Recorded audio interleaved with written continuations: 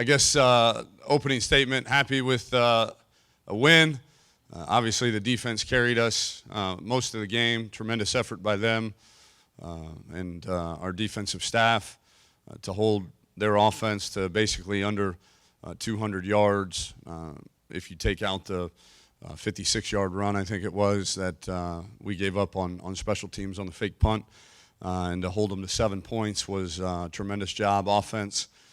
We've got to get better in terms of our consistency, and we're not good enough, certainly probably won't be good enough the entire season to overcome, first and 15, second and 25, whatever it is, some of these self-inflicted wounds that are occurring on offense. We're good enough to be good when we stay on schedule, but when we're off schedule, we're not good enough, especially when the offensive line situation is where it's at, and when we have, we've got to allow those young guys that are in there right now some time to grow. So pleased with the win, but understand that we've got to play more consistently on offense for us to achieve the things that we want to achieve.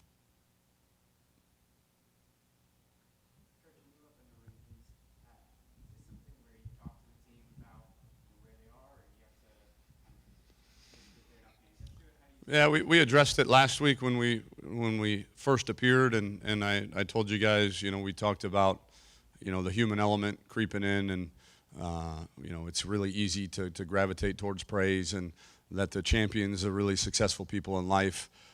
They seek criticism, they seek to be critiqued by experts, and we've got an expert coaching staff that's going to coach them really, really hard, and again, somebody's going to have to do a good job explaining to me why we even have rankings at this point in the season, especially with the format being the way that it is, with a committee now at the end of the season basically doing all the work for us. So we understand. I think there's no issue with our team. We understand that being ranked after the 6th week really has nothing to do with any of our goals that we have put in front of us. None of those goals, if you were to ask our players, included, hey, let's be ranked after the 6th week of the season. That just isn't one of our goals.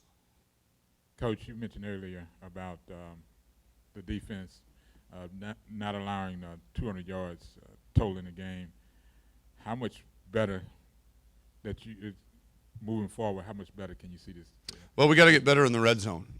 We're, I think, now 3 straight weeks where we've allowed, I think, 100% touchdowns in the red zone. We got to do a better job when teams get in the red zone of forcing them into field goal attempts, and we're not doing that right now. And at some point, that's going to come back to bite us. And maybe be the difference between winning and losing a football game. So that's the biggest area that I see as the head coach from a broad perspective that we've got to get better at. When our backs are against the wall, we've got to bow up and hold them to a field goal attempt. And we understand. I mean, teams are going to get in the red zone, but we need to make sure that those trips into the red zone result in attempts at 3 points and not for sure 7 points, and and they know that, and they're working hard at it, and I've got a lot of confidence that they'll get better at it. Tom, can you talk a little bit about, and I know you're asked about Greg Ward a lot, this the development he's had. He's earned it. He has earned it. Talk about where he was when you got here to now, and how he has bought into your system, and obviously it's paying off with the numbers he's putting up right now. Yeah, through no fault of his own. Greg was a wide receiver his freshman year, and then was a wide receiver through half the season last year, and then was thrust, obviously, into having to play quarterback during the season last year. And that's really, the season is not time to develop, your skills at quarterback. And so what he was able to do last year is really remarkable in and of itself. The fact that he was able to go out and win some games without really any practice or development at the position. And so I think he took to heart what we were preaching to him since we got here in January, that the really elite quarterbacks in this great game are ultra competitive, which he is, but they're maybe the best preparers of anybody in any walk of life, and that's something that he has taken to. It's taken some teaching and coaching from Coach Applewhite on how to do that, on how to prepare like an elite level quarterback on a daily and weekly basis. But again, I've used the phrase he's just scratching the surface right now, because he still can make tremendous strides there, but he's getting better each and every week in terms of that championship level preparation. Tom, along those lines with Greg, last week Kenneth Farrow said that one of the biggest things that he's seen is Greg's improvement, his decision making, is the preparation a big part of that, and how have you seen his growth and development in terms of making decisions during the games? Yeah, I think the only way that you can, I mean, it's amazing if you stand behind those guys, even at practice, and having coached that position for a long time. I never played it. Obviously, Major played it at the highest of levels, but you stand back there and you realize what the human brain has to process in about 2.3 seconds, and then translate that into some kind of physical movement. Not to get too scientific, but it's amazing. I mean, it really is amazing what a quarterback is asked to do, in the span of 2 seconds, 2.5 seconds. And the only way that you can make very good, educated decisions is if you've prepared for that, if you've not only repped that situation physically, but repped it mentally 1,000 times throughout the week's preparation, whether it be in film study, testing yourself, Coach Applewhite testing him, so on and so forth. So the two go hand in hand. You can't make better decisions on the field if you're not training a lot better, and he's training and preparing a lot better than I think he ever has. Coach, if you can, talk about how the offensive line has improved from week to week. Now that when the running game wants to get going, it can. Yeah, I don't, sometimes I don't even know who's out there playing offensive line.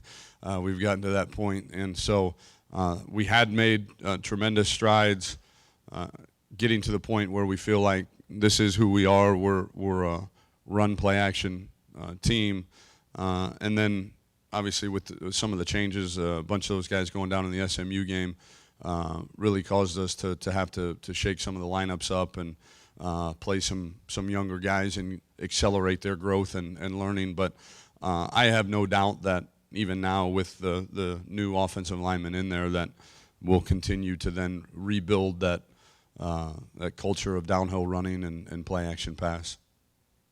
Tom, along those lines, because of the importance of that unit, have you been around a team or seen a team that's got 2 redshirt freshman starters, 2 true freshman backups, and is still kind of where you guys are offensively?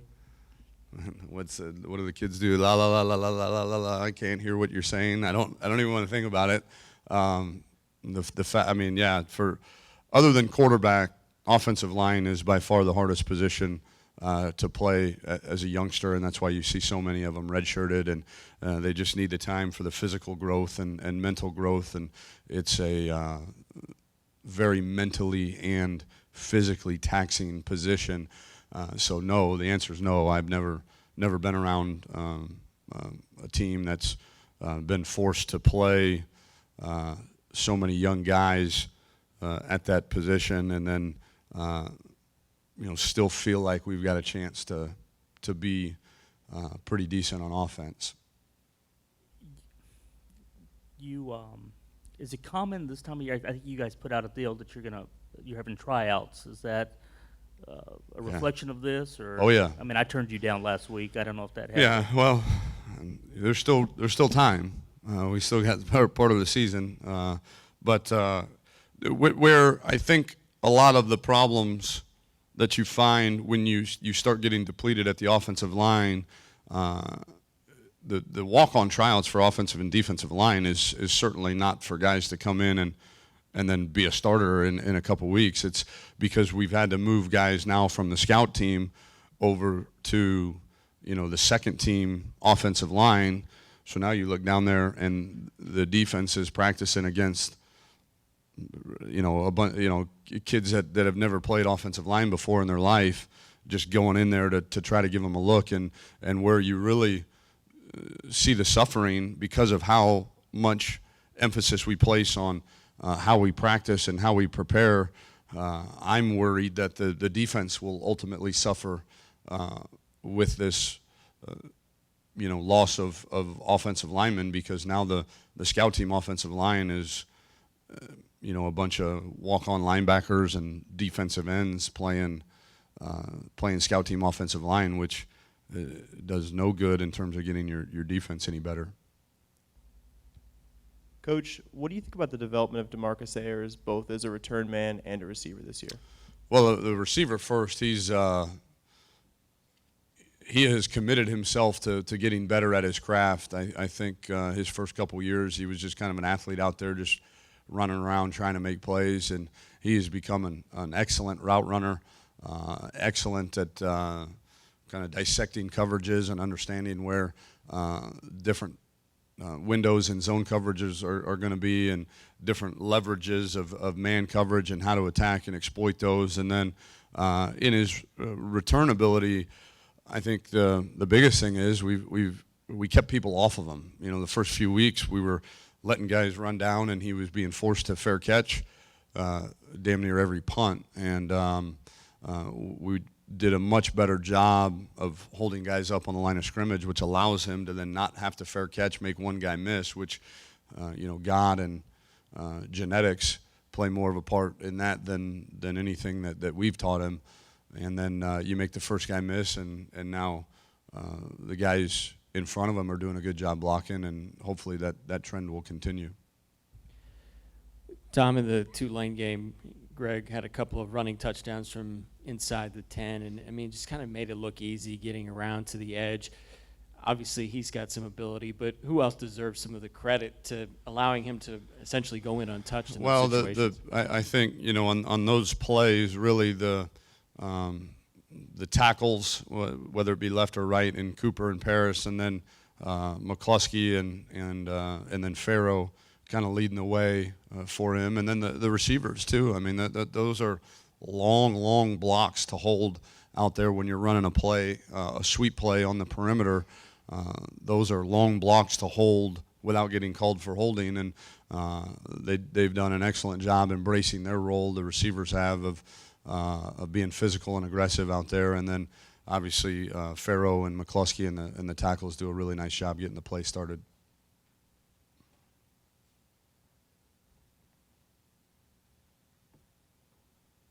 Tom, you're now halfway through your first regular season.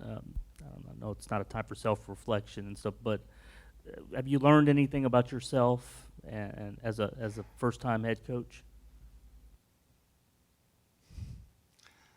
Probably a few things I'd rather not share, but I think I've done a good job of trusting our staff. I think very intimately involved in the weekly preparation of the offense, but I try not to get too involved on game day because we hired Major Applewhite and the offensive staff for a reason, and to allow them to do their job. And in between series, I'll certainly be on the headset and in discussion with them in terms of adjustments, and maybe add a few, hey, let's get the ball to DeMarcus, or hey, we got to take a shot down the field, or hey, we got to run the ball a little bit here. Our defense is tired. We got to keep them off the field for a little bit. So things like that. But that adjustment has come a little bit easier than maybe I thought it would. The adjustment to not coaching my own position has been harder. I miss the intimate relationships with the position players that you have, having coached a position for however many years it was, 17, 18 years, however many years I've coached. You develop those just unbelievable bonds with your position players, and James Casey's in the building today, former player of mine at Rice, and I continue to have great relationships with the quarterbacks at Ohio State and even at Iowa State, and Chase Clement and myself, we talk quite a bit, and even all the way back to Texas State and Barrick Neely. You know, I've invested some money in a company that he's trying to get off the ground, and so those relationships and being somewhat removed from those day-to-day intimate relationships have been hard for me to adjust to, and it's no fault of anyone's. It's just the nature of the position that I'm in, and hopefully it's more of a first-year thing where now in year 2 maybe I can devote a little bit more time now that maybe some of the culture and program stuff is kind of in place, that I can spend a little bit more time developing some of these relationships. I know other coaches that you've been around have their own teams to worry about right now, but have you picked up the phone and, you know, maybe on a bye week or something that they had some free time and try to pick a brain if you had a question, or is it kind of you stay to yourself and your team right now? No, yeah, I mean, it's more along the lines of, hey, good luck, you guys are doing well, or sorry about the loss, or whatever the case may be. I did speak to Coach Bailiff at length because it had been a while prior to the SMU game. It had been a while since I'd been a part of a Saturday, Thursday turnaround to play on Thursday, so I wanted to get his input on the week's preparation there, going from a Saturday to Thursday game. Myself and Coach Meyer probably talk every couple weeks, certainly a text message every week, but on the phone, you know, once every couple weeks. But it's more just, hey, how's the wife, how's the kids, you know, rather than X's and O's or anything that has to do with, you know, solving the world's problems. Coach, can you talk a little bit about the personality of the team, and can you see them handling the success that they have kind of in stride and just take it next step at a time, or do you even? Yeah, I think we're built that way. I think the culture around here has been ingrained, and we've got a bunch of senior leaders, older leaders that I think understand that, you know, they only give you your senior year once, and they want to make sure that they're not remembered as the team that, oh yeah, by the way, they won their first 6 games and then X, Y, and Z happened and they went to the so-and-so bowl. They want to be remembered as champions, and I think they understand that in order to do that, you've got to block all the noise out and all the praise out. And you know, our culture is built that way. You know, we were up, I don't even remember the score, 35-7 or 42-7 against Texas State, and at halftime, and we went in and at halftime, and you know, I think my quote to them was, you know, if you're expecting a pat on the back, you're in the wrong program. We'll handle the pats on the back after the season, but during the season, it's all about improving and getting better and preparing to win a championship. You mentioned culture, and you said it's ingrained. Do you feel like that's what you've wanted to implement has pretty much been implemented culture-wise? Are you close to it? Yeah, I think each week we get closer. I think there is, you know, they're 18 to 22-year-old kids that, as our head strength coach, Yancey McKnight, says, they're going to test the perimeter every now and again to make sure that electric fence is still on, and it's always on around here. There's no days off. There's no reps off. But every now and again, they'll test it just to see if we're still standing guard, and we are. And but those tests have become fewer and farther between as we get later and later into the season. Coach, you're facing a team that hasn't won a game this season. What do you tell your team this week to keep them focused and not take anyone lightly? I know they wouldn't, but when they look at a record and they haven't won a game, what do you tell your team? Yeah, I don't know, and maybe I am naive to the fact. I'm not sure they know what Central Florida's record is. I hope they don't. I hope they know, and we talked about it on Sunday, that this is a team that we know they're 2 years removed from winning the Fiesta Bowl last I checked, and they've done an excellent job recruiting throughout the years. They've got an excellent staff, an excellent head coach. So I don't know why they're 0-7. That's not for me to figure out. But what I do know is they also went into Philadelphia and had the lead against one of, if not the best teams in our conference, 16-14 with 10 minutes to go in the fourth quarter at Temple's home stadium. So hopefully that film and that result will get their attention, and the fact that throughout the years we understand what kind of talent level Central Florida is going to have.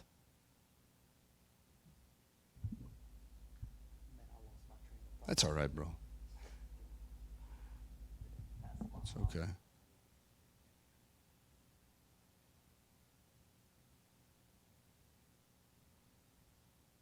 Good? Oh, hey. Yep. It's like my wife. Are we done here? We're done? We're done? We're done? Oh, one more thing. Tom, what was that first meeting like in Columbus with Todd Orlando? Any impressions? And you kind of remember a coach when you go into meetings and they have their style. What's he like in his meeting room? Well, the first meeting I had with him was, I think, we had the CEO of Harley Davidson come speak to our team one time at Ohio State, and he told our team that he knows within the first 2 to 3 minutes of an interview process whether he's going to hire a guy, and I think that's true. The minute he walked in and we just started talking football, not necessarily X's and O's, but just overall grand philosophy of what a defensive outfit should look like and be like, it was right on point with what I wanted. And then we talked very little X's and O's. I mean, he drew a couple defenses on the board, and I gave him the thumbs up, and it was more just about how he goes about teaching, how he goes about being a mentor, a father figure to his players, the relationships that he develops. Because at the end of the day, again, we use the phrase all the time that there's a million people out there, Joseph, that can teach cover two and odd defense, and and on the offensive side of the ball, there's a million people that can teach inside zone and can draw it on the board nice and pretty. And but that's not what makes you a great coach. What makes you a great coach is how well do you develop your players and how hard do your players play for you. And so I think that was the biggest thing that I wanted to take out of that meeting with him, and because what he had put on tape as far as X's and O's and his resume at Utah State kind of spoke for itself, and I wanted to make sure what kind of man and what kind of mentor that we were going to be hiring, and in my opinion, we hit a home run. The Harley reference would seem appropriate. I've seen pictures of him where he's got this black leather jacket. I don't know if you've seen him in that. Who, Coach Orlando? Has a black leather jacket? I mean, I've seen photos where he's kind of. Will you send those to me, please? That would be awesome. I haven't seen him. That would be fantastic, though. Oh, yeah. Have you seen his head? He's got a bigger head than you. I mean, the thing is gigantic. Yeah, yes, a lot of brain in there. Good. Thank you.